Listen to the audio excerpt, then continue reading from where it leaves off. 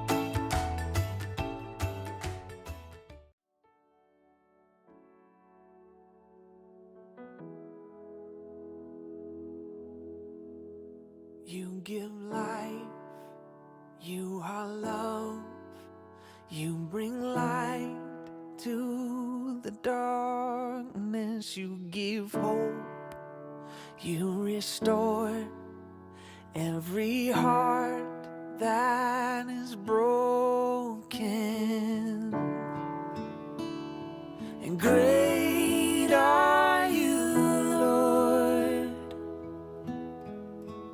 It's your breath in our lungs, so we pour out our praise. We pour out our praise. It's your breath in our lungs, so we pour out our praise to you only.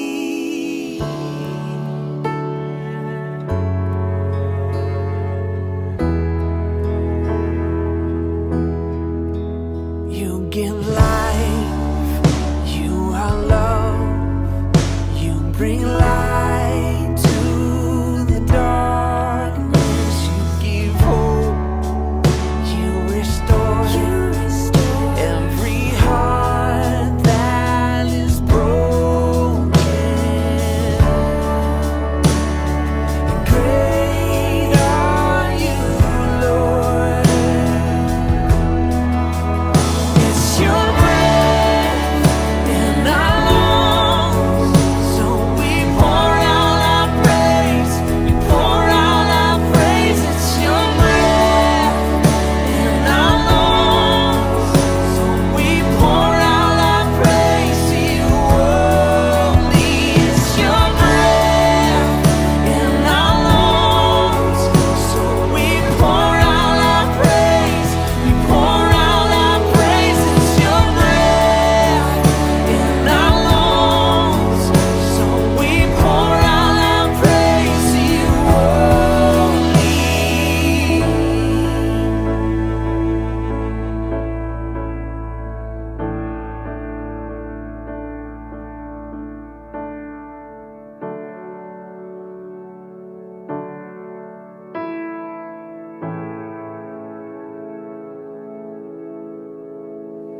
All the earth will shout your praise. Our hearts will cry, these bones will sing. Great are you, Lord. All the earth will shout your praise. Our hearts will cry, these bones will say, great are you, Lord.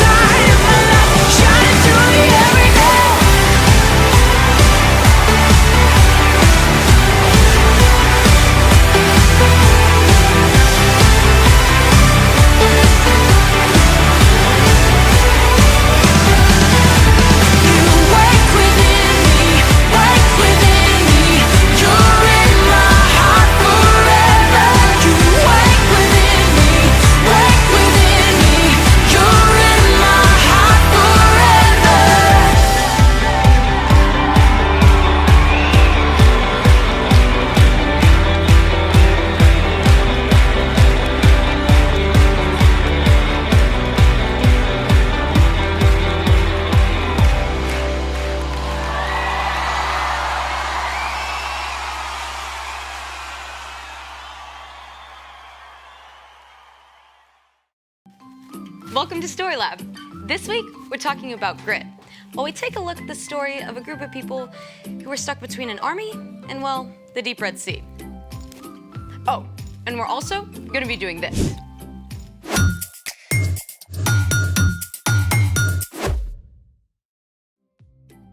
Hey, I'm Skylar. And I'm Sebastian. We're talking about grit, which is refusing to give up when life gets hard. Or refusing to get grouchy when every day for a whole week is cloudy. I like cloudy days. Really? They're good for thinking and reading. And hot chocolate. There's actually a Cloud Appreciation Society. For reals? Wow, there really is. You should see the stuff they have posted. That's a lenticular cloud. They often form over mountains or even tall buildings. Looks like a pancake. I should have had breakfast this morning. Check this out. These cloud rolls are called morning glories. They show up when a downdraft from an advancing storm causes moist, warm air to rise and cool fast. Looks like cloud twizzlers. Here's another one. What? Mammatus clouds. They can form when ice crystals fall out of cumulonimbus storm clouds. I'm pretty sure that's a set of a Marvel movie. I've changed my mind. I think every day should be a cloudy day. Good, because we're about to make our own cloud right now. Yes! Let's make it! Step 1, find a large glass jar. Done. Step 2, fill a cup with ice cubes. So far, so good. Next, you're gonna want to take the lid off of your jar. And step 3, boil some water. And then pour it in the jar. Make sure you get a grown-up to help. And once you have a fair amount, carefully swirl it to warm up the sides. It's hot. Yes, it is. Next, turn the lid upside down and fill it with ice cubes. Then you're gonna let it wait for 20 seconds. What are we supposed to do for 20 seconds?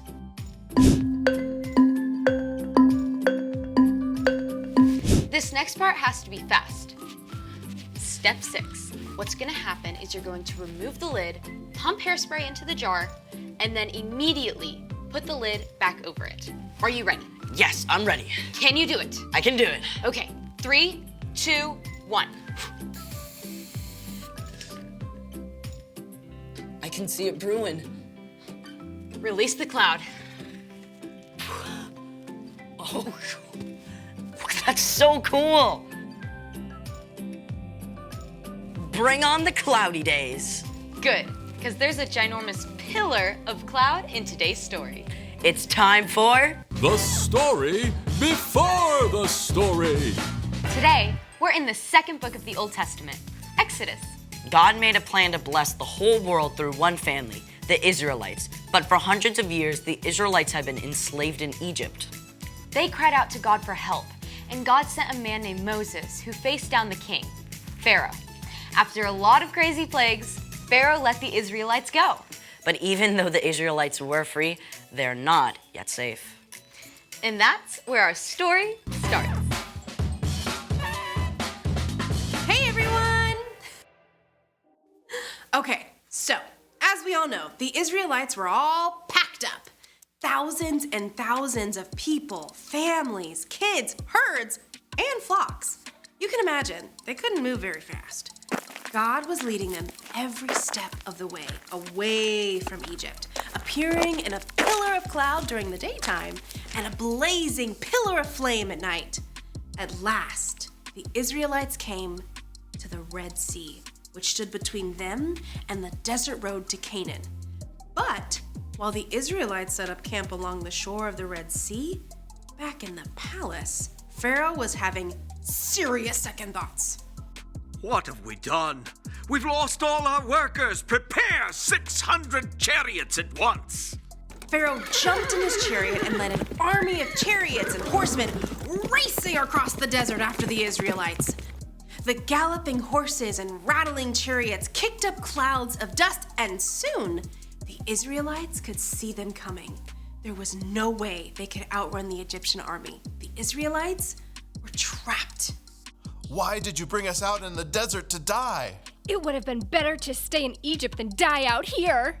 The Israelites wanted to give up, but Moses kept his eyes fixed firmly on God. Don't be afraid. Stand firm. The Lord will save you today. The Lord will fight for you. Just be still. Right there, in a place that seemed like a trap, God spoke to Moses. Hold out your walking stick. Reach out your hand over the Red Sea to divide the water. Divide the water? Okay, that is not what water does. But God's presence in the pillar of cloud moved from the front of the Israelite caravan and stood behind them all night to block them from view of the Egyptians. Moses reached his hand over the sea. Through the night, God sent a strong wind to push back the waters. Soon, the Israelites faced a dry path right through the middle of the Red Sea. I mean, can you imagine what it must have felt like? You're at the edge of a vast sea, but straight ahead the water just boop, splits. I mean, ginormous walls of water rise up on either side of the path before you. Sure, I mean, you want to escape the Egyptians, but if you walk along this path, the waters could fall on you. I mean, it must have taken every ounce of courage and grit they had. But the Israelites followed Moses along that path, straight through the heart of the sea. All night, those families hurried toward freedom. But the Egyptians gave chase. They followed the Israelites right into the Red Sea. At last, the Israelites made it through. But the Egyptians were right behind them. God spoke to Moses again. Reach out your hand over the sea. As Moses reached out his hand, those walls of water began to crash down, and the sea rushed back into place, washing over the Egyptian horses and chariots. The entire Egyptian army was swept away. The Israelites were left safe and dry on the far side of the Red Sea. Moses' sister Miriam led them in a song of celebration. I will sing to the Lord, he is greatly honored. The Lord gives me strength and protects me. He has saved me. The end. Whoa, things must have felt so out of control for Moses and the Israelites. Oh, for sure. But God was in control the whole time. God opened up a way for them to just keep going. So, what's our part in this story? Well, there are some times when you feel stuck, right? Like maybe one particular subject at school is super hard for you and you feel like it'll never get easier. Keep going. Because God knows what you're facing. God will walk with you the whole way through. Or you're just starting in a new school and you haven't been able to make friends just yet. Don't give up. God can help you find friends when you least expect it. And best of all, God gave us Jesus to show what it looks like to keep going. Exactly. I mean, Jesus didn't give up loving us, even though it cost him his life. And when we follow Jesus, we have the power of the Holy Spirit to keep going too. That is amazing news. Isn't it? All right, I'll see you guys next time. Bye. Bye, Erica. So here's the thing. Hold on, because God is still in control. Knowing that can help you grow grit. And God makes some pretty incredible clouds. Is that a dog? That's definitely a werewolf howling. Thanks for joining us in the Story Lab. See you next time. I think that one's Winnie the Pooh.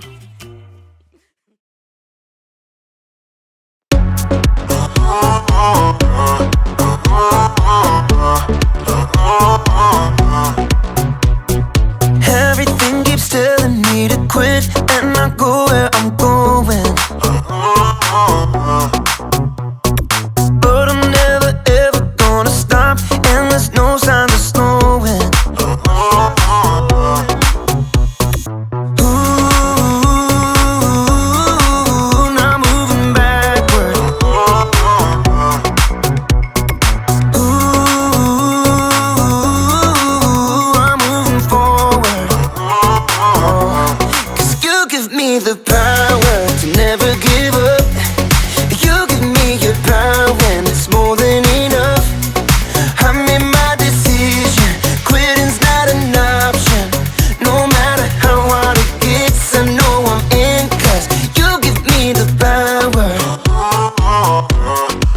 Oh.